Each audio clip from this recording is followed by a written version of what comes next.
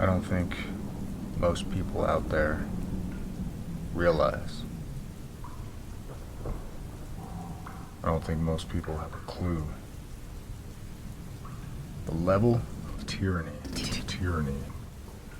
that they're pushing the world into right now. Anti-lockdown protesters, most without masks, have staged a violent march through the heart of the city. A disgusted police minister says he has no doubt someone in the 3,500 strong crowd would be infected with the virus, and he's demanding every one of them get tested.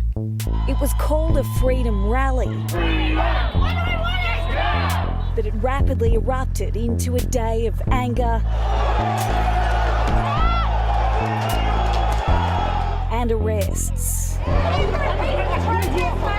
The protesters started gathering at Victoria Park near Sydney University, police on foot and on horseback trying to corral the crowd, numbers growing by the minute into the thousands. Former footballer and boxer Anthony Mundine, spotted without a mask at a hardware store this week, was barefaced again with his personal message. Where's your mask today? I'm exempt. Do you believe in the public health orders, Anthony? Nah. Suddenly, the aim of containing the crowd turned into direct action. No! Freedom for some, but it was a nightmare unfolding in front of those trying to contain Sydney's COVID crisis. Police are trying to stop these crowds from marching into the city. What we have here is a standoff. We have thousands of people defying the orders and continuing to walk, and they'll be met by mounted police. Blocking traffic, the crowd pushed on down Broadway. Health authorities, police and the government were the target, but the fury had no boundaries. Tell that truth! Tell that truth! Officers by now had little choice but to at least try to contain and direct the flow of protesters. The unauthorised demonstration demanding an end to the lockdown defied all the pleas we have heard for the people of Sydney to stay at home. Those left jobless say it was an act of desperation. They need to pay bills. $600 a week does not cut the mustard. At Town Hall, finally a pause as another put his case for the rally. Gladys, you have failed this city! Gladys, we have a right to protest!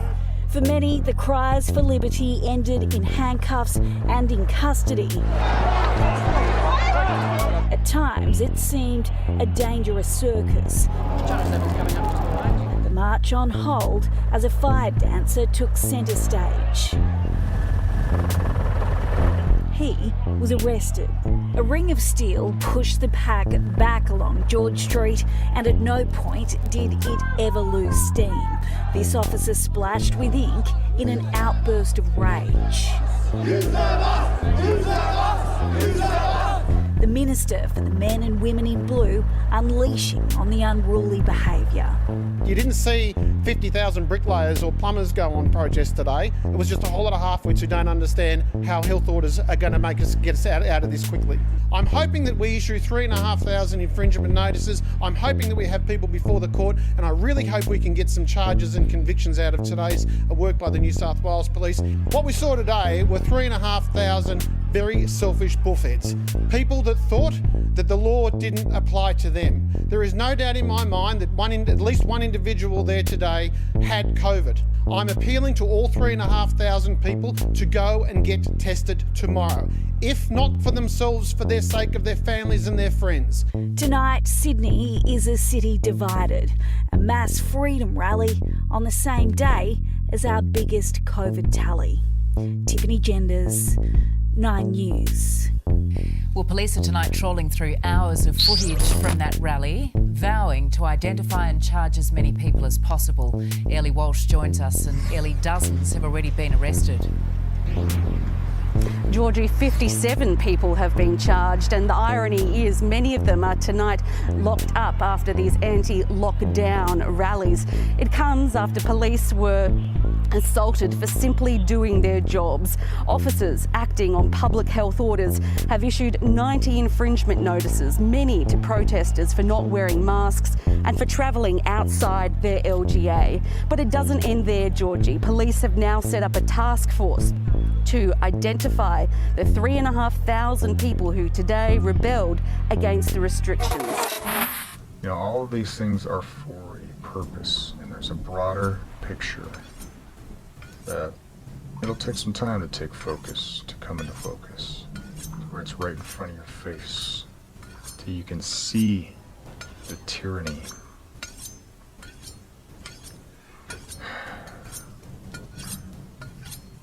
And finally, we all reap what we sow.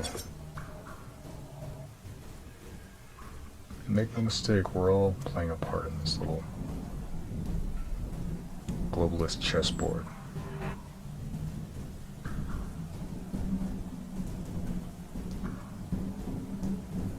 Far too many of us are just pawns in the game.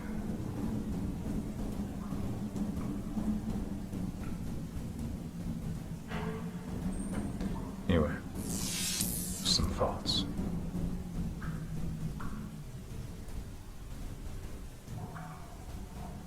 Lights out time, I guess.